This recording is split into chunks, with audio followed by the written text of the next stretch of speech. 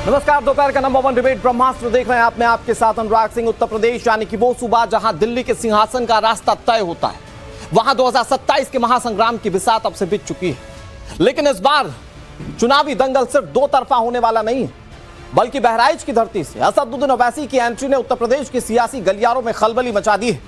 ओवैसी ने एक दो नहीं बल्कि सूबे की 200 विधानसभा सीटों पर चुनाव लड़ने का ऐलान करके सीधे अखिलेश यादव के एमवाय समीकरण की जड़ों पर चोट की है। दूसरी तरफ भारतीय जनता पार्टी की ओर से मुख्यमंत्री योगी आदित्यनाथ ने खुद मोर्चा संभाल रखा है।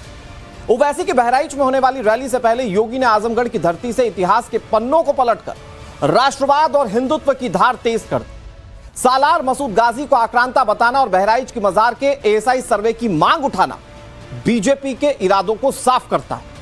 इधर योगी आदित्यनाथ की तरकश से निकले बाण से सहमी समाजवादी पार्टी गाजी मियां को सूफी संत बताकर अपने खिसकते वोट बैंक को बचाने की जद्दोजहद में जुटी हुई है। सवाल यह है कि क्या 2027 के रण में ओवैसी अखिलेश यादव के एमवाय समीकरण को पूरी तरह से ध्वस्त कर देंगे? सवाल यह भी है कि अगर इतिहास में सालार मसूद गाजी आक्रांता था, तो उसे सूफी संत बताने के पीछे समाजवादी पार्टी की असली मजबूरी क्या है? ब्रह्मास्त्र मैच करेंगे इसी मुद्दे पर डिबेट, लेकिन सबसे पहले यह रिपोर्ट आपको दिखाते हैं।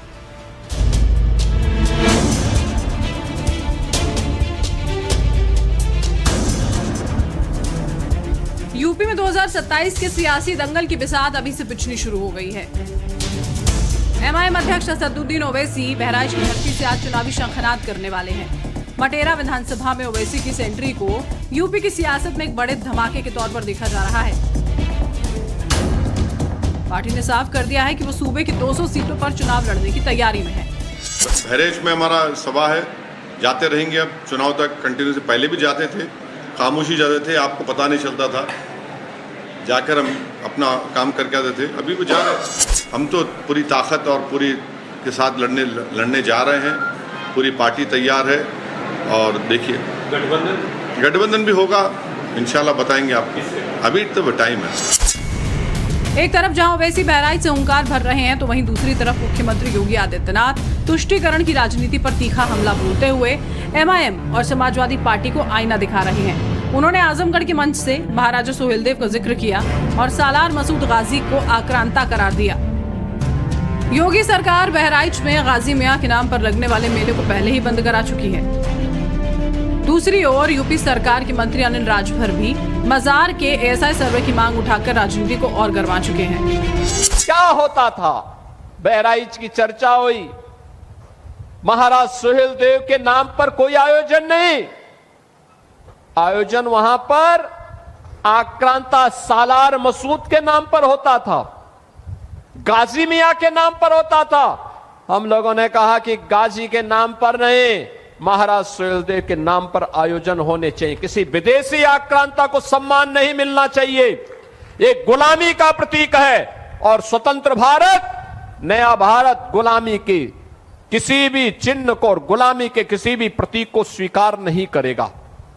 आज परिणाम है, आप बहराइच में जाएंगे, अब वहां पर महाराज सोहेलदेव का भव्य स्मारक बन गया है। अब लगता है कि बहराइच अब अपनी पहचान के साथ, गौरव के साथ आगे बढ़ रहा है। सालार मसूद गाजी की मजार को लेकर बीजेपी ने सवाल उठाए, तो समाजवादी पार्टी ने भी तुष्टीकरण की पिच पर बैटिंग करते हुए सालार मसूद गाजी को सूफी संत बताने में जरा भी देरी नहीं की। सपा नेता का कहना है कि बीजेपी धर्म के नाम पर लोगों को लड़वाती है, जबकि गाजी मियां की मजार पर हर कोई जाता है। हालांकि सपा की इसलिए चिंता कुछ और ही है। समाजवादी पार्टी को डर है कि ओवैसी की एंट्री से उनका पारंपरिक मुस्लिम यादव समीकरण बिखर सकता है। दूसरी ओर शौकत अली ने पलटवार करते हुए साफ कर दिया कि अखिलेश यादव उनके लिए कोई चुनौती नहीं है और न ही उनका एजेंडा मुस्लिम ध्रुवीकरण का है। सैयद सालार मसूद गाजी की बहराइच में मजार है और वहाँ पर हिंदू मुसलमान दोनों लोग वहाँ आते हैं और उनकी मुरादें पूरी होती हैं। वो सूफी संत थे और वो शहीद हो गए थे, तो उनकी मजार पर लोग आकर के दुआ करते हैं। ऐसे ही महाराजा सोहेल राजभर एक महापुरुष थे और उन्होंने समाज के लिए, देश के लिए बहुत अच्छे काम किए हैं। आज प्रदेश के मुख्यमंत्री दोनों हिंदू मुस्लिम को लड़वाने के लिए अनावश्यक मुद्दे छेड़ने का काम कर रहे हैं। मुख्य मुद्दों से जनता का ध्यान बांटना चाहते हैं। इन लोगों ने सिर्फ मुसलमानों को बीजेपी का डर दिखा करके वोट लिया है, लेकिन वहां पर उन्होंने जो मूलभूत सुविधाएं होनी चाहिए, ना सड़क है, ना पीने का साफ पानी है, ना मेडिकल की सुविधा है। हम अगर चुनाव लड़ेंगे तो हमारा मुद्दा सिर्फ और सिर्फ विकास होगा, जैसा कि हम हैदराबाद में करके दिखाए हैं। दिलचस्प बात यह भी है कि ओवैसी जिस मुस्लिम वोट बैंक के दम पर यूपी में अपनी जमीन तलाश रहे हैं, वहां खुद मुस्लिम धर्मगुरुओं ने ही उनके खिलाफ मोर्चा खोल दिया है। IMM सिर्फ एक काम कर रही है, मुसलमानों की धार्मिक भावनाओं के भड़काने का, इसके अलावा उसका कोई काम नहीं है। और मुसलमान उसके रोल को समझ भी चुका है। इसलिए देख लीजिए कि पूरे हिंदुस्तान में जहाँ जहाँ वो इलेक्शन लड़ रहे हैं उनका हशर क्या हो रहा है। MIM के अध्यक्ष असदुद्दीन ओवैसी साहब फिरका वाराना राजनीति करते हैं और जहाँ भी पहुँचते हैं वहाँ मुसलमानों को ही नुकसान होता है और मुस्लिम क़यादत को बढ़ाने के बजाय मुस्लिम क़यादत ख़त्म होती है। बहराइच का माहौल बिल्कुल पुरअमन है, शांति है और इनके पहुंचते ही पूरे ज़िला बहराइच में हिंदू मुस्लिम की नफ़रतें और बढ़ेंगी, लकीरें खींचेंगी और हिंदू मुसलमानों के दरमियान एक विवाद खड़ा होगा। एक तरफ ओवैसी की एंट्री से मुस्लिम वोटर्स के बंटने का खतरा है, जिससे अखिलेश कैंप के होश उड़े हुए हैं, तो दूसरी तरफ सालार मसूद गाजी के मजार पर योगी के सख्त तेवर बता रहे हैं कि बीजेपी राष्ट्रवाद और हिंदुत्व को अपना सबसे बड़ा हथियार बनाने जा रही है। ऐसे में सवाल यही है कि क्या यूपी में 2027 का वोट युद्ध बेहद भयंकर होने वाला है। ओवैसी की एंट्री से आखिरकार किसे डर लग रहा है? क्या भाईजान की वजह से अखिलेश का MY समीकरण ध्वस्त हो जाएगा? Bureau report, times now Navbharat. वैसे असदुद्दीन ओवैसी के अगर पिछले चुनावी को रिकॉर्ड्स को देखा जाए, बड़े अनप्रेडिक्टेबल है। बिहार में उनका मुस्लिम कार्ड चल जाता है, वही पश्चिम बंगाल में ध्वस्त हो जाता है। उत्तर प्रदेश में कहा जाता है कि 130 से 140 सीटें मुस्लिमों के प्रभाव की हैं, और अगर असदुद्दीन ओवैसी उसे टारगेट करके अपना कार्ड चला ले जाते हैं तो आप भी ये जानते हैं कि नुकसान किसको हो सकता है। तो क्या समाजवादी पार्टी असदुद्दीन ओवैसी की एंट्री से डर गई है या फिर बात कुछ और है? और सवाल यह भी है कि अभी मौजूदा समय में जो सियासत हो रही है, सालार मसूद गाजी को केंद्र में क्यों रखा जा रहा है? समाजवादी पार्टी के नेता महिमा मंडन कर रहे हैं, असदुद्दीन ओवैसी बहराइच से अपने चुनावी कैंपेन की शुरुआत करके एक मैसेज देने की कोशिश कर रहे हैं। सवाल सीधा है कि सालार मसूद गाजी के नाम पर सियासत करने की कोशिश क्यों की जा रही है? क्या पॉलिटिकल माइलेज मिलता हुआ दिख रहा है इसलिए, या बात कुछ और है? समझने की कोशिश करेंगे और यह भी सवाल सीधा पूछेंगे, सालार मसूद गाजी किसके लिए आक्रांता और किसके लिए सूफी संत? हमारे साथ कई सारे मेहमान जुड़ गए। SN सिंह हमारे साथ जुड़ गए, भारतीय जनता पार्टी के ऑफिशियल स्पोक्स पर्सन है। हमारे साथ रमनीश वत्स जुड़ गए, पॉलिटिकल एनालिस्ट। अशोक यादव हमारे साथ जुड़ गए, समाजवादी पार्टी के प्रवक्ता हैं। हमारे साथ दानिश अजीम जुड़ गए, AIMIM के नेता। और हमारे साथ निखिल जैन जुड़ गए, पॉलिटिकल एनालिस्ट, जाने माने चेहरे।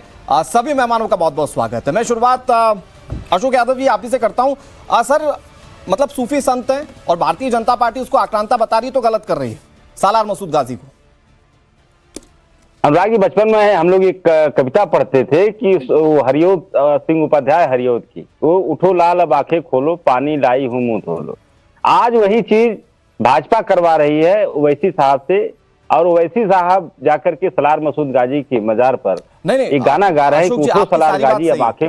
अनइंटरप्टेड आपकी सारी बात सही। मैं ये पूछ रहा, मैं क्योंकि रविदास मेहरोत्रा आप ही के नेता है ना सर, पहले मंत्री भी रह चुके हैं, वो आक्रांता है आपके लिए या सूफी संत है? मैं वही बात बताने जा रहा था। हाँ। आपने रोक नहीं, आपने तो पानी लाओ मुंह धो लो, पता नहीं क्या क्या बता दिया, ये नहीं बताया वो आक्रांता सूफी संत है। ओवैसी साहब, देखिए उत्तर प्रदेश में जो माहौल चल रहा है वो माहौल भाजपा के बहुत खिलाफ है। आज भगवान राम के मंदिर में जिस तरह चंदा चोरी हो रही है, पेपर लीक माफिया सक्रिय है, खनन माफिया सक्रिय है, बिजली की दुर्व्यवस्था है, भ्रष्टाचार का आकर वाला है। व्हाट्स माय पॉइंट इज, मुद्दों से बड़ा सीधा सवाल पूछ रहा हूं मैं आपसे। रविदास मेहरोत्रा तो आप ही के नेता है, ओवैसी साहब बीजेपी की बी टीम है, रविदास मेहरोत्रा भी बीजेपी के हैं क्या? वो तो समाजवादी पार्टी के ना, पूर्व केंद्रीय मंत्री है ना। वो कह रहे हैं सूफी संत था सालार मसूद गाजी, और उनकी बात का कॉन्ट्रडिक्शन समझिए। वो सुहेलदेव राजा को भी बता रहे हैं कि वो बड़े योद्धा थे, क्योंकि वहां का भी वोट बैंक चाहिए, राजभर समाज का भी चाहिए, और सालार मसूद गाजी को भी योद्धा बता रहे हैं। भाई तो फिर योद्धा थे तो फिर मारा क्यों था राजा सुहेलदेव ने? आपके लिए क्या समाजवादी पार्टी का ऑफिशियल स्टैंड क्या है सालार मसूद गाजी को लेकर? हाँ देखिए, ऐसा है, जो जनता में जो परसेप्शन है अनुराग जी, वहां पर जो गाजी की मजार पर जाने का जो जनता में परसेप्शन है, चाहे हिंदू समाज हो चाहे मुसलमान समाज हो, अरे सर सुनिए ना, हर समाज की जनता जाती थी वहां पर। अगर परसेप्शन के हिसाब से चलेगा तो भारतीय जनता पार्टी सबसे बड़ी पार्टी है, फिर तो आप फाइट करना छोड़ दीजिए। ये चुनावों के नतीजे के हिसाब से परसेप्शन बता रहा हूं आपको। तो आप पॉलिटिकल पार्टी हैं, परसेप्शन पर बात मत कीजिए, फैक्ट्स पर बात कीजिए। फैक्ट्स के हिसाब से समाजवादी पार्टी के लिए सालार मसूद गाजी क्या सूफी संत है या आक्रांता है? आज देश की जनता को समाजवादी पार्टी का ऑफिशियल स्टैंड बताइए। देखिए, सालार मसूद गाजी या जो भी लोग रहे हैं, अब ये हमारे हीरो नहीं है, हमारे समाजवादी पार्टी के हीरो नहीं हो सकते। हमारे हीरो तो अशफाक उल्लाह खान है, मीर अब्दुल हमीद हैं, एपीजे अब्दुल कलाम हैं, हमारे हीरो ये लोग हैं। और जहां तक बात आप पर्टिकुलर सालार मसूद गाजी की कर रहे हैं अनुराग भाई, ये सिर्फ और सिर्फ एक तरह का नैरेटिव सेट किया जा रहा है। तो ये तो सेट करने वाले रविदास मेहरोत्रा है ना साहब। और अगर आप कह रहे हैं अशफाक उल्लाह खान आपके हीरो हैं, तो आज अशफाक उल्लाह खान की बात रविदास मेहरोत्रा क्यों नहीं कर रहे हैं? वो ओवैसी को काउंटर करने के लिए सूफी बता देंगे? नहीं देखिए, ऐसा है, मैं जो पार्टी का आपने स्टैंड पूछा, मैंने पार्टी का स्टैंड बता दिया, लेकिन वही पार्टी का जो दूसरा स्टैंड है उसको भी आप समझिए। क्या? और वो दूसरा स्टैंड ये है कि जो सारे उत्तर प्रदेश में जो ज्वलंत मुद्दे हैं उस पर पानी डालने के लिए ओवैसी से फुलटॉस बॉल डलवाई जा रही है। आपका नेता बॉल डालो, सूफी बता दे उस पर। नहीं सुनिए ना, सुनिए, मैं एक चीज आपको बता दूं, फिर उसके बाद मैं आपको सारी चीजें बताता हूं। कुछ किताबें हैं जिसका रेफरेंसेस मैं पढ़कर आया हूं, जिसमें कि मिरात मसूदी, ये लिखने वाले अब्दुल रहमान चिश्ती, 2 दिन पहले मैंने डिबेट किया था, इस किताब का जिक्र वहां भी किया था। और इसी किताब में जिसके मुस्लिम राइटर हैं वो कह रहे हैं कि इस्लाम के प्रचार के लिए आया था और ये एक्सटेंसिव पार्ट था महमूद गजनवी का। महमूद गजनवी याद है ना सर, सोमनाथ मंदिर, रिलेट कीजिए, उसी का भांजा। ये एक्सटेंसिव पार्ट था महमूद गजनवी का, जो भारत में इस्लाम के प्रचार के लिए आया था। उसने कई मंदिरों को तोड़ा था। ये किताब का रेफरेंस मैं दे रहा हूं आपको। इसी में सूफी संत बताया गया और इसी किताब में बताया गया कि ये क्यों भारत आया था। बाकी किताबों में तो इसको जबरदस्त तरीके से आक्रांता बताया गया है। तो आप ये बताइए कि यहां जब इतिहास में कोई व्यक्ति आक्रांता है तो समाजवादी पार्टी के लिए क्यों नहीं है? देखिए, महमूद गजनवी का आपने नाम ले लिया और सोमनाथ मंदिर का नाम ले लिया कि महमूद गजनवी ने सोमनाथ मंदिर को लूटा, लेकिन आज का गजनवी तो भाजपा है जो राम मंदिर को लूट रही है। अरे साहब, आज की गजनवी अगर कोई है तो भाजपा को, राम के मंदिर को लूट रही है। महमूद गजनवी के लिए भी इसी हार्श, महमूद गजनवी और उसके भांजे सालार मसूद गाजी के लिए भी इसी हार्श शब्द में कहिए कि समाजवादी पार्टी के लिए दोनों आक्रांता है। एक बार कह दीजिए। मैं जा रहा हूं अजीम भाई के पास, हाँ, दानिश अजीम के पास। हाँ अनुराग भाई, मैं फिर दोबारा कह रहा हूं कि हमारे हीरो सालार मसूद गाजी नहीं है, हमारे हीरो अशफाक उल्लाह खान है, हमारे हीरो मीर अब्दुल हमीद हैं, हमारे हीरो एपीजे अब्दुल कलाम। तो रविदास मेहरोत्रा क्यों बता रहे हैं इतिहास के? जी, रविदास मेहरोत्रा हीरो क्यों बता रहे हैं, सूफी क्यों बता रहे हैं? नहीं, वो हीरो नहीं बता रहे हैं, वो वहां की जनता का परसेप्शन बता रहे हैं, जो जनता में धारणा है, जो जनता में मान्यता है, अगल बगल की बहराइच की जनता के, जो वहां पर लोकल लोगों का जो मान्यता है। एसएन सिंह जी जवाब दे रहे हैं बात को लेकर के। हाँ, दानिश भाई इसके बाद आ रहा हूँ। एसएन सिंह जी जवाब दे रहे हैं। मैं सर झुकाकर हजार करोड़ों बार जो है उत्तर प्रदेश की जनता का सर इसलिए झुका रहा हूँ कि उत्तर प्रदेश की जनता ने एक ऐसी सरकार बना दी कि आज जो लोग वहाँ पे गाजी के मजार पर मेला लगवाने का कार्य करते थे, जिनकी सरकार में आज वो कह रहे हैं कि हम भी अब हीरो नहीं मानते हैं। भाई कम से कम आज अशोक यादव को तो इस बात पे धन्यवाद देना पड़ेगा कि समाजवादी पार्टी के जो मुखिया, अभी कुछ दिन पहले जब वो मेला रोकने की बात आई तो उनका आप इसीलिए वक्तव्य आता है कि वहाँ हिंदू मुस्लिम दोनों जाते हैं और क्यों नहीं वो लगेगा। तब हमारे मुख्यमंत्री जी ने कहा था और हम लोग भी सभी चैनलों पर पूछे थे कि सालार गाजी भारत का कहाँ का रहने वाला था, सालार गाजी ने भारत के लिए क्या काम किया। दरअसल ये जितने लोग हैं ना, एक आदमी अपने पार्टी का नाम मुस्लिम मुद्दीन रख लेता है, एक आदमी कहता है कि हमको मौलाना मुलायम कहलाने में कोई दिक्कत नहीं है। ये सभी, चाहे अशोक यादव की पार्टी हो और चाहे वो दानिश जी की पार्टी हो, ये सभी 80% को गाली और 20% को चांदी की थाली सजाने वाले लोग हैं। इसलिए जो आक्रांता था, जो हमारे बहन बेटियों की इज्जत लूटा, जो भारत के मंदिरों को खंडित करने का कार्य किया, वो हमारा हीरो कैसे हो सकता है? वो ऐसे ही। तो ये क्यों बता रहे हैं, ये उसे सूफी संत क्यों बता रहे हैं? रविदास मेहरोत्रा तो उनके नेता है ना सर। अरे ये खुद बताते, मैं तो अखिलेश यादव जी का मैं तो शिवपाल यादव जी के बयान को कोट कर रहा हूं, मैं रामगोपाल यादव जी के बयान को कोट कर रहा हूं, मैं एसटी हसन जी के बयान को कोट कर रहा हूं। वर्तमान में एसटी हसन 2 महीने पहले बयान देते हैं। तो निश्चित तौर पे समाजवादी पार्टी आज उत्तर प्रदेश में पूज्य योगी आदित्यनाथ जी की सरकार के नाते ऐसे ऐसे परिवर्तन आए हैं कि जो लोग राम भक्तों पर गोली चलाते थे वो भी राम राम कर रहे हैं। मैं तो कह रहा हूं आपके पास, ठीक है, मैं फिर आऊंगा, लेकिन एक छोटी सी बात की, अगर आपके लिए यह आक्रांता है यादव जी, अशोक यादव जी, तो ये जो मेला सालों से लगता रहा था, जो बीजेपी ने बोल्ड स्टेप लेकर बंद करवाया, वो आपने क्यों नहीं करवा दिया? आक्रांता के नाम पर मेले आपकी सरकारों में क्यों चलते रहे? मैं ये सवाल आपसे पूछूंगा, लेकिन दानिश भाई ये मुझे थोड़ा समझाइए, इसको थोड़ा ब्रॉडर पर्सपेक्टिव में। भाई ये तो बात क्लियर है कि आप लोगों के लिए सालार मसूद गाजी आक्रांता नहीं है। असदुद्दीन ओवैसी साहब 2021 में गए थे, उन्होंने चादर चढ़ाई थी बाकायदा दरगाह पर। तो मैं आपसे तो ये सवाल ही नहीं पूछ रहा कि वो आक्रांता है नहीं है, या आप अपने हिसाब से इसकी व्याख्या अपने मन में कर सकते हैं, लेकिन समाजवादी पार्टी सूफी कहने पर क्यों है? मतलब क्यों उस स्टैंड पर आ गई? क्या आपको काउंटर करने के लिए? और फिर आप देखिए कि वो लोग क्लियर अभी ये भी नहीं कह पा रहे कि नहीं नहीं भाई हम सूफी मानते हैं। रविदास मेहरोत्रा कह रहे हैं मैं सूफी मानता हूं, ऑफिशियल प्रवक्ता है समाजवादी पार्टी के, वो कहते हैं नहीं नहीं हमारे लिए आक्रांता है। देखिए भाई, एक बात मैं आपको क्लियरली बताना चाहता हूं कि ये तथाकथित सेक्युलर दल जो है, सपा हो गई, कांग्रेस हो गई, ये केवल मुस्लिम वोट लेना जानते हैं। जब मुस्लिम समाज के लिए राजनीतिक प्रतिनिधित्व का टिकट मांगने कोई जाता है ना इनके पास, तो इन्हें बोलना, इनके सामने भीख मांगना पड़ता है उन्हें। और ये यही वजह है कि सपा और कांग्रेस ये दोनों मिलकर उत्तर प्रदेश के मुसलमानों को डाइवर्ट करने की कोशिश कर रहे हैं और उन्हें डाइवर्ट करके उनका लीडरशिप छीन रहे हैं। और यही वजह है आज एमवाई का समीकरण जो आप लोग बताते हैं, ये एमवाई का समीकरण हमने नहीं कहा, अनुराग जी आपने नहीं कहा। एमवाई के समीकरण ये सपा के लोग ही बोलते हैं, भाई हमारे पास एमवाई का समीकरण है, एमवाई का समीकरण है। बट इस बार एमवाई का समीकरण नहीं चलेगा, इस बार जनता जनार्दन का फैसला चलेगा। और दूसरे हाथ में ये बीजेपी के प्रवक्ता साहब जो अभी बोल रहे थे, कोई अपना पार्टी का नाम ऐसा रख देता है, कोई अपना पार्टी का नाम वैसा रख देता है। मैं उनको ये बात बोलना चाहता हूँ, भाई हमारे पास संवैधानिक अधिकार है और आपकी बीजेपी का इतिहास 1980 के बाद का है। आप जाकर AIMIM अर्थात असदुद्दीन ओवैसी साहब की पार्टी का नहीं हो रही है, आज रजाकारों की बात नहीं हो रही कि रजाकारों की पार्टी किस तरह हमारे सेना के खिलाफ हो जाती है। आज रजाकारों की बात नहीं हो रही कि किस तरह से रजाकारों की पार्टी वो भारत के ही खिलाफ बिगुल फूंकने का कार्य।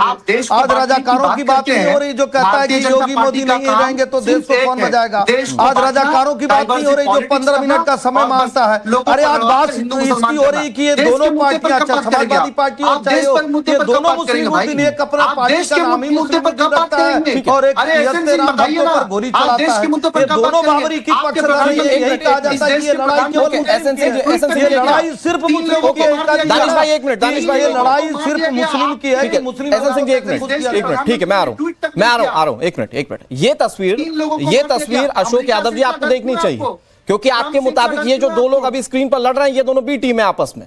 लेकिन खैर दानिश भाई, मेरे सवाल का जवाब नहीं मिला। मैं कह रहा हूं कि ठीक है इन्होंने मुस्लिमों के साथ जो करना था किया, क्या मुस्लिमों का मोह भंग हो रहा है समाजवादी पार्टी से? और यही देखकर अब सालार मसूद गाजी तक का भी सहारा लेना पड़ रहा है सूफी बताकर समाजवादी पार्टी को। देखिए उत्तर प्रदेश के मुसलमान ये समझ चुके हैं कि उनका लीडरशिप अगर कोई कर सकता है तो उसका नाम बैरिस्टर असदुद्दीन ओवैसी साहब। ये बात तो बंगाल में भी आप कह रहे थे, ओवैसी साहब को किसी ने नहीं पूछा। नहीं, बंगाल में कहा और वो प्रूफ भी हुआ। अच्छा, बंगाल में प्रूफ भी हुआ, हम लोगों ने मुखर होकर लड़ाई भी की। मैं खुद कैंडिडेट था, मैं भी लड़ा। ये तो समाजवादी पार्टी आपको खुलकर कह रही है कि आपको प्लान भी बीजेपी ने किया। ये क्या? अच्छा आप छोड़िए ना, यही समाजवादी पार्टी तृणमूल कांग्रेस के हम नवा बन के घूमने गए थे 5 मई को अखिलेश यादव। क्या हुआ? अखिलेश यादव जब बंगाल गए आंसू पोंछने के लिए गए थे, पूरा का पूरा टीएमसी का दल को इन्होंने पोस्ट कर चले आए। और क्या बात करते हैं सर आप? ये सिर्फ मुसलमानों का वोट लेना जानते हैं, उन्हें लीडरशिप नहीं देना जानते। भाई इनका और ये सिर्फ लग रहा है ये तो आप ही के वोट बैंक में इस्तेमाल करेंगे। सुन लीजिए अनुराग जी, ठीक है दानिश भाई जल्दी 20 सेकंड। उत्तर प्रदेश में ओवैसी साहब के आने से सपा को सबसे ज्यादा इनसिक्योरिटी फील होता है और उनको सबसे ज्यादा डर सता रहा है। तो मतलब अशोक यादव जी डर गए हैं आप? ऑब्वियसली डरे हैं। देखिए अशोक यादव जी 30 सेकंड बिना बोले थर-थर कांप रहे हैं। अशोक यादव जी बिना बोले थर-थर कांप रहे हैं। देखिए अनुराग भाई, देखिए ऐसा है, पश्चिम बंगाल में आपने देखा ओवैसी जी और हुमायूं कबीर मिलकर भाजपा के कहने पर बाबरी मस्जिद बना रहे थे। और वहां पर इन्होंने अरे आप टीएमसी को बताइए हरवा क्या कि दिया मस्जिद ठेका कौन लेकर बनाएगा, के। अरे बीच में नहीं, इनकी आवाज डाउन करिए, बीच में नहीं।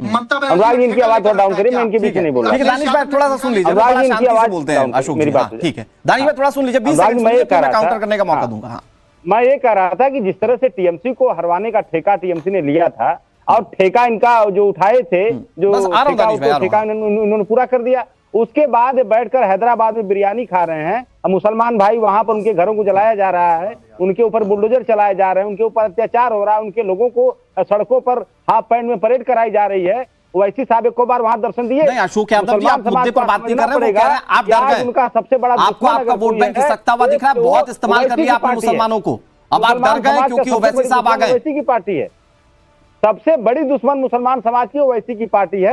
आज पश्चिम बंगाल की जनता देख रही है। कशिश वारसी टाइप के, यासूफ अब्बास टाइप के लोग भी कह रहे हैं कि सिर्फ भारतीय जनता पार्टी को सपोर्ट करने के लिए या मुस्लिमों का नुकसान करने के लिए ओवैसी साहब आते हैं।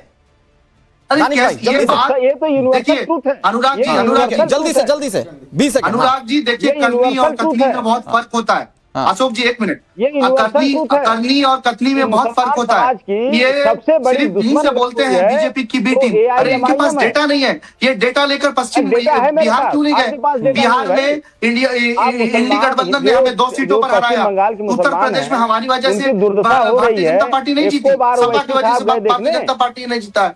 पश्चिम ओवैसी बंगाल साहब एक बार भी गए में एमआईएम ने पश्चिम 12 सीट बंगाल लड़ा में। और 12 सीट जीतकर हम कैसे बीजेपी को जिता सकते हैं? अशोक यादव जी पहले अरे पूरा डेटा लेकर माहौल आइए, ठीक है। डेटा लेकर बात कीजिए। पूरा बेफजूल माहौल की बात खराब करके किया। आपको अशोक कोई फायदा जी, नहीं कर लीजिए। है। अशोक यादव जी, ने। आप नहीं डरा सकते, चमका सकते मुस्लिम माइनॉरिटी वोटर्स को। और एक चीज जान लीजिए, माइनॉरिटी वोटर्स बर्बाद कर अपने दिया हक को आपने लेना पूरे जान देश चुकी को। है और बर्बाद कर 2047 दिया आपने रखिएगा, पूरे दानिश जी के पास जल्दी चला, से चला, निखिल भाई और चला, रमनीश चला, भाई। चला, ठीक है, एक सेकंड चलेगा, सर। दानिश भाई थोड़ा सा वेट कर लीजिए। अशोक जी, मैं बस छोटी सी बात कह रहा हूं, मेरे पास मुस्लिमों की नाराजगी का एक छोटा सा डेटा पता है, वो है आजम खान का। उनकी नाराजगी, उनके बेटे की नाराजगी, मुस्लिम वोट बैंक के कितने बड़े पैरोकार थे या कितने बड़े सिपह सलार थे, ये सब जानते हैं। तो वो नाराज हो गए समाजवादी पार्टी से, तो बाकी तो समझा जा सकता है। खैर, एहसन सिंह जी, आप सपोर्ट कर रहे हैं और आप ही प्लान करते हैं एआईएमआईएम को ताकि नुकसान हो दूसरी क्षेत्रीय पार्टियों। आप देखिए कैसे प्लान करते हैं। आपके वर्तमान में ही जितने दर्शक देख रहे होंगे, कितनी बड़ी विडंबना है। ये दोनों पार्टियां अगर 1 घंटे भी डिबेट करेंगी तो खाली मुसलमान करेंगी। वो कह रहे हैं कि सबसे बड़ा मुसलमानों के हितैषी हम हैं, समाजवादी पार्टी करे मुसलमानों के सबसे बड़े हितैषी। और मैं एक बात पूछना चाहता हूँ, इन दोनों पार्टी से पूछिए, समाजवादी पार्टी से पूछिए कि जिस तरह से ये निहत्थे राम भक्तों पर गोली चला, किसी और धर्म पे कभी इस तरह से की है?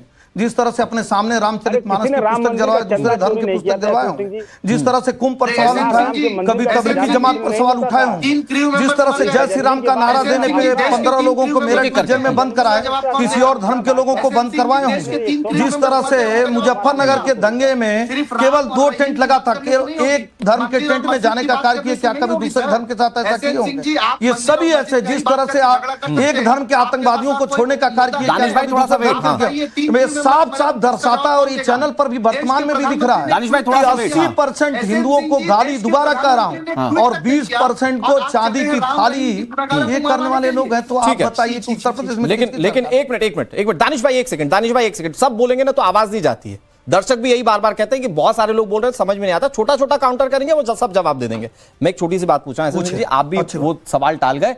जहां एआईएमआईएम गई वहां आपको फायदा हुआ, इसलिए लोग कहते हैं कि आप जानबूझकर प्लान करते हो। अच्छी बात है। अब क्यों? आप देखिए ना, इसलिए कि दोनों का जो मूल वोट बैंक है वो मुस्लिम वोट बैंक है।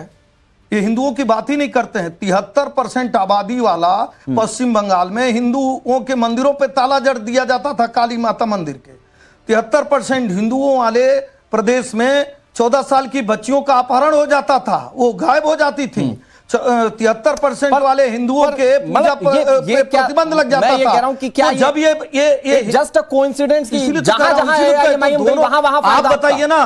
सबसे बेस्ट एग्जांपल बिहार का है सर, ऑलरेडी सफा हो गई एआईएमआईएम को फायदा हुआ। तो मैं तो कह रहा हूं कि उत्तर प्रदेश की भी जिक्र कर लीजिए, बिहार का भी जिक्र कर लीजिए और संपूर्ण भारत का भी जिक्र कर लीजिए। आप भारतीय जनता पार्टी की किसी योजना में मेरा पूरा समय दे दीजिए, इनसे पूछिए कि उजाला में कौन सी जाति है, कौन सा धर्म है, उज्ज्वला में कौन सा है, किसान सम्मान निधि में कौन सा है, गरीब कल्याण में कौन सा है। 2.5 लाख एमएसएमई, 2.5 लाख एमएसएमई आज उत्तर प्रदेश में देने का कार्य किया गया है।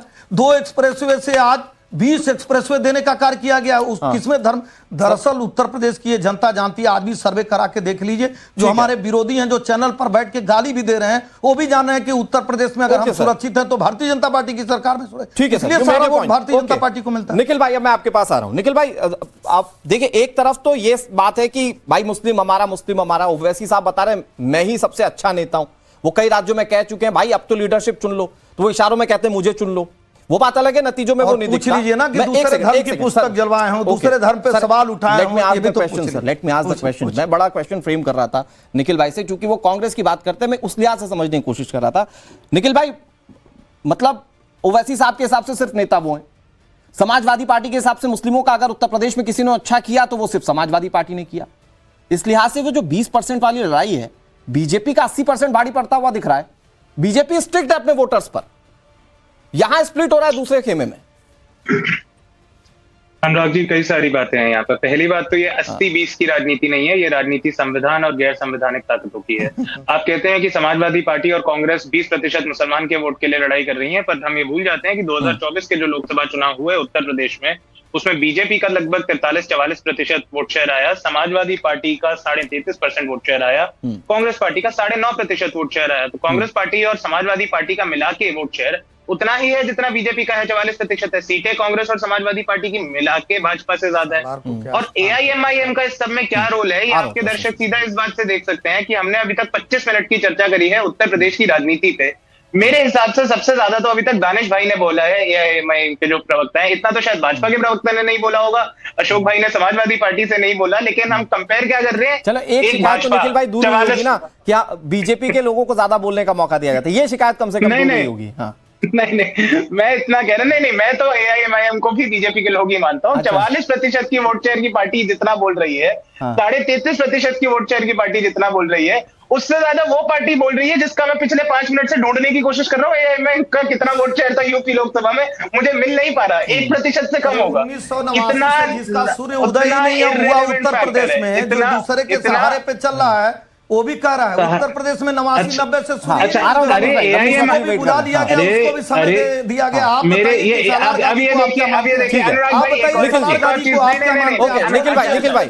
भाई कटा लें, इसको समय दिया गया, इसको क्या किया, निखिल भाई आपने पूछ लिया। ओके निखिल भाई जल्दी से बोलने तो दीजिए। एसएन सिंह जी बोलते रहेंगे तो जवाब नहीं मिलेगा। स्टूडियो में तो ये थोड़ी और कोई नहीं, मैं रोक रहा हूँ। ओके निखिल भाई योर टर्न। हाँ, थैंक यू। आप दर्शक देख लें, मैंने तो भाजपा को कुछ नहीं बोला था। मैंने तो कहा कि सबसे बड़ी पार्टी है वोट शेयर के लिहाज से। मैं तो AIMIM पे तंज कस रहा था। मिर्ची किसको लगी, भाजपा को लग गई। मैं AIMIM को बोलता हूँ तो भाजपा को दर्द हो जाता है। AIMIM के प्रवक्ता आपके कहते हैं, अरे कितना इंटरजेक्ट करेंगे बॉस, कितना इंटरजेक्ट करेंगे। अच्छा चलिए, आपको सलार मसूद की इतनी बातें करने का मन करता है तो मैं एक 5 सेकंड का सवाल पूछूंगा अनुराग जी आपकी इजाजत से। सलार मसूद किस सन में पैदा हुए और किस सन में मरे, अप्रोक्सीमेट बता दीजिए। मैं बता दूंगा निखिल भाई। अरे मैं बता दूंगा। अनुराग जी आप बता देंगे भाजपा के प्रवक्ता सलार गाजी के बारे में मतलब रखता हूं कि सलार गाजी का दादा क्या है, बाबर क्या है, हुमायूं क्या है, जहांगीर क्या है, शाहजहां क्या है, औरंगजेब क्या है, मुझे इससे नहीं मतलब है। जिसको मतलब होता है, जो रिश्ते जोड़ते होंगे, वो मानते होंगे कि वो क्या है। मैं जानता हूं कि एक आतताई था, एक दुराचारी था, एक हत्यारा था, एक दुष्कर्मी था। हम उसके बारे में क्यों पढ़े, क्यों याद करें? नहीं हमको हमारे महापुरुषों को याद करना पूछ रहे हैं। बात क्यों कर रहे हैं? एक मिनट निखिल भाई, एक मिनट मैं आप बार-बार पूछेंगे, मैं जवाब देके खत्म कर देता हूं। अनुराग जी, हाँ निखिल भाई, 1000 ईस्वी से लेकर 1036 ईस्वी तक जन्म और मृत्यु हो गई थी, इतने में काम खत्म हो गया था। बाकी आप मुझे उसको क्यों पढ़ना है, उस समय बर्बाद करना है। एसएन सिंह जी अब आप ज्यादा ओके जल्दी। हाँ अनुराग जी, यही मेरा मुद्दा था कि भाजपा के प्रवक्ता को जिस पे पूरी डिबेट बना देनी है, पूरी कंट्रोवर्सी बना देनी है, उनको नहीं पता। मुझे पता था कि आपको पता होगा, आप पढ़ लिख के आते हैं, आप पूरा हिस्ट्री आपने ढंग से पढ़ा हुआ है। भाजपा के प्रवक्ता 1000 साल पुराने व्यक्ति पे सवाल उठा रहे हैं कि वो सूफी संत था या आक्रमण करता था। मेरा सिंपल सा मुद्दा ये है कि आज की डेट के लिए भारत के लिए आक्रमण पिताजी का क्या नाम था अभी बताइए। निखिल जैन जी, सलार गाजी के पिताजी का क्या नाम था? सलार गाजी के पिता का नाम बताइए, जिसके लिए डिबेट में आए हैं, बता के जाइए। पूछिए इनसे, मेरा समय दे दीजिए। बताइए सलार गाजी के बोलने दीजिए, के माता जी का नाम बता के जाइए। सलार गाजी कहाँ का पैदा था, किस जगह का आने वाला तब बताइए राजनीतिक विश्लेषक कांग्रेस के समर्थक निखिल जैन जी इधर उधर जाने नहीं देंगे। अगर आप पढ़ लिख के आते हैं सलार गाजी के पिता जी का प्लीज सबकी आवाज बंद कीजिए, सबकी आवाज बंद कीजिए। एक मिनट सुनिए प्लीज प्लीज, यहाँ ना जनरल नॉलेज की क्लास नहीं चल रही। एक मिनट एहसन सिंह जी, मैं ये देख रहा हूं कि आप खुद सबसे ज्यादा टोक रहे हैं, आप सबसे जिम्मेदार पार्टी। अरे भाई मैंने जवाब दे दिया ना उनको, आपको उनके सवाल का जवाब आपको देने दिया ना आपके सवाल का जवाब उनको देने दूंगा। मुद्दे पर आते हैं। निखिल भाई मुझे ये बताइए कि एक तरफ 80-20 में भी 20 का भी स्प्लिट हो रहा है, तो इसमें तो पूरा विपक्षी घाटे में दिख रहा है ना।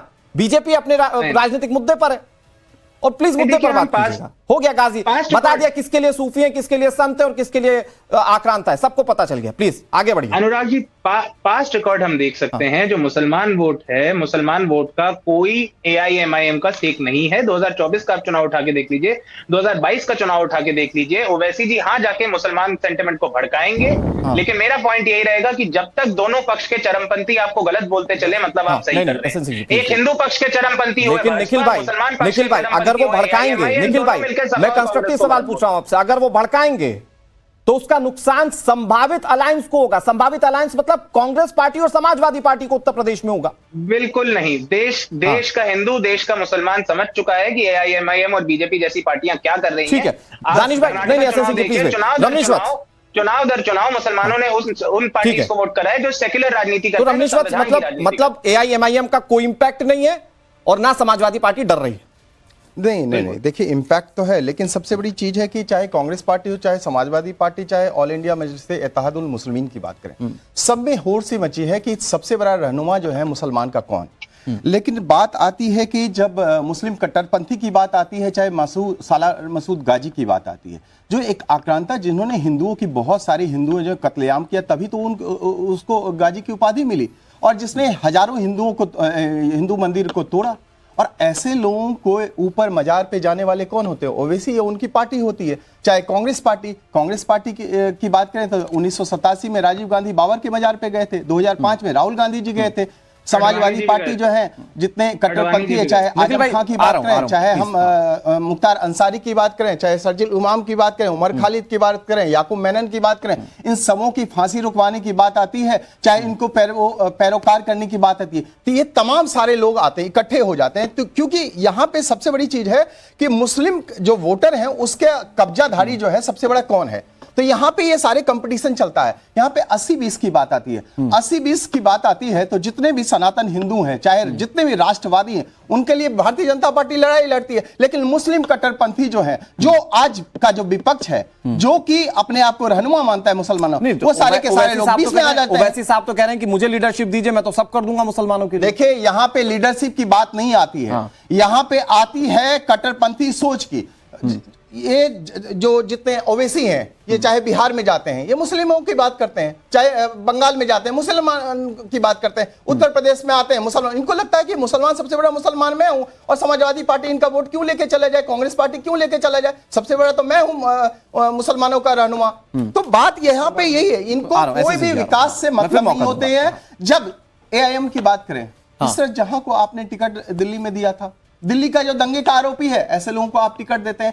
तो यहाँ पे सबसे बड़ी बात है कि जो राष्ट्रवादी विचारधारा को खंडित करता हो, ऐसे लोगों का पैरोकार कौन होता है? समाजवादी पार्टी। ऐसे लोगों का पैरोकार कौन होता है? ऑल इंडिया रजाकारों वाली पार्टी, निजामों वाली पार्टी, हैदराबाद को अलग करने वाली पार्टी, ये जो असम को अलग करने की बात करता है उमर खालिद, और ये अभी कॉकरोच वाली पार्टी जो है, कॉकरोच में कॉकरोच वाली नाली के कीड़े जो कॉकरोच है, उसका समर्थन कौन कर रहा है? कांग्रेस पार्टी कर रहा है।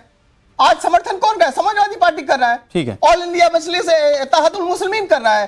तो उसको, उसकी सोच को काटने वाला एकमात्र है, वो है योगी आदित्यनाथ। ये सारे एक योगी जी से सब के सब डरे हुए हैं, सहमे हुए हैं। रमनीश भाई लग रहा है कि अब तो हमारी जो है हमारी राजनीतिक ध्रुवीकरण जो भी हमने बनाने का प्रयास किया, रमनीश जी मैं फिर आ रहा हूं। दानिश भाई 20 सेकंड, क्रच 20 सेकंड है मेरे पास। ये कह रहे हैं नल एंड वॉइड इन उत्तर प्रदेश, ओवैसी साहब का कुछ नहीं होने वाला, ये निखिल भाई कह रहे हैं। 20 सेकंड। निखिल जैन जी को पता नहीं है, वो अभी जिस संविधान और जिस जनता जनार्दन की वोट की बात कर रहे थे, उनको पता नहीं है 2022 के इलेक्शन में 0.43% वोट हमें मिला, और हमें गर्व है कोई रैगिंग, कोई चोरी और कोई गुंडागर्दी से नहीं मिला। 3,40,000 यूपी के जनता जनार्दन ने हमें वोट दिया और इसका समीकरण आगे बढ़ेगा। ये जो दांत निकाल कर हंस रहे ठेका किसने दिया था? कर मनोज जी काट रहे हैं, को ठेका किसने दिया था? वो पूछे ठेका किसने दिया था? ठेकेदारों का नाम नहीं बता रहे हैं। पैनल में कोई कांप रहा है, ठीक है, ठीक है। निखिल भाई 20 सेकंड आपके। लेकिन निखिल भाई काउंटर। 0.43% को ये निखिल जी जिसकी बात अच्छा कर रहे हैं दानिश ना, भाई बता दिया आपने, सच बता दिया। इनके दानिश भाई बता तो दिया, और कितना बताएंगे? 0.43 को 0.43% ठीक है निखिल भाई 20 सेकंड। ओके हो गया दानिश भाई, हो गया। वेट आवाज कम कर दीजिए निखिल भाई। 0.43। हाँ अरे दानिश भाई कितना आप बीच में इंटरजेक्ट करेंगे? देखिए दानिश भाई और बीजेपी के प्रवक्ता दोनों बिल्कुल वही स्ट्रैटेजी फॉलो कर रहे हैं, यही मैं कब से दिखाना चाह रहा हूँ। 0.43% की पार्टी है, एक तरफ बीजेपी 44 लेके खड़ी है, एक तरफ सपा और कांग्रेस 44 लेके खड़ी है। ये 0.43 का आके कहते हैं कि हम ही 10 सेकंड जल्दी आ रहा हूं अशोक भाई इसके बाद। हाँ। दरअसल यही हालत है, यही हालत मुझे लगता है राहुल गांधी जी का है, वही प्रवक्ता का भी है। ये प्रवक्ता भी नहीं बता पाता है कि 89 से सूर्य डूब गया है, निकल ही नहीं रहा है। तब AIM है ही नहीं उत्तर प्रदेश में, बिहार में 90 से आ ही नहीं रहे, गुजरात में है ही नहीं, मध्य प्रदेश में है ही नहीं। दरअसल ये सभी एक ही पार्टी है। 5-6 एग्जाम्पल आप देंगे। राम मंदिर का विरोध कौन करता है? ये सारी पार्टियां जितने कर रहे हैं ना, ये कांग्रेस है भाई। जब 370 हटाया जाता है तो उसका विरोध कौन करता है? कांग्रेस के बड़े बड़े प्रवक्ता कहते हैं मेरी पार्टी की सरकार बनेगी तो हम 370 ले आ देंगे। हो गया। 3 तलाक का विरोध कौन करता है? सभी पार्टी। का विरोध कौन करता है? ये सभी पार्टी। और हिंदुओं को गाली कौन देता है? सभी पार्टी। सभी ठीक है आप सभी हिंदुओं को। एसएन सिंह जी हो गया। अशोक जी मेरे पास लास्ट 10 से 15 सेकंड है। कुल मिलाकर जितने भी लोग यहाँ पर कह रहे हैं वो ये मानकर तो चल रहे हैं ओवैसी साहब आए, नुकसान आपको। देखिए ऐसा अनुराग जी, जब जब चुनाव आता है भाजपा इतिहास की किताबों से तमाम मुस्लिम शासकों को खोज खोज कर जिंदा करती है और आप उनको संत बना बाद में सबसे बड़ी आक्रांता अगर कोई है भाजपा जो आक्रांता आती है। ठीक है ओके, बहुत शुक्रिया आप सभी का, बहुत शुक्रिया आप सभी का। और ये मुद्दे अगर हैं चुनाव में तो जनता इससे और भी बहुत कुछ सुनना चाहेगी। उन मुद्दों पर भी चुनाव होना चाहिए। कौन आक्रांता है जनता जानती है, पढ़ी लिखी है। बहुत शुक्रिया आप सभी का।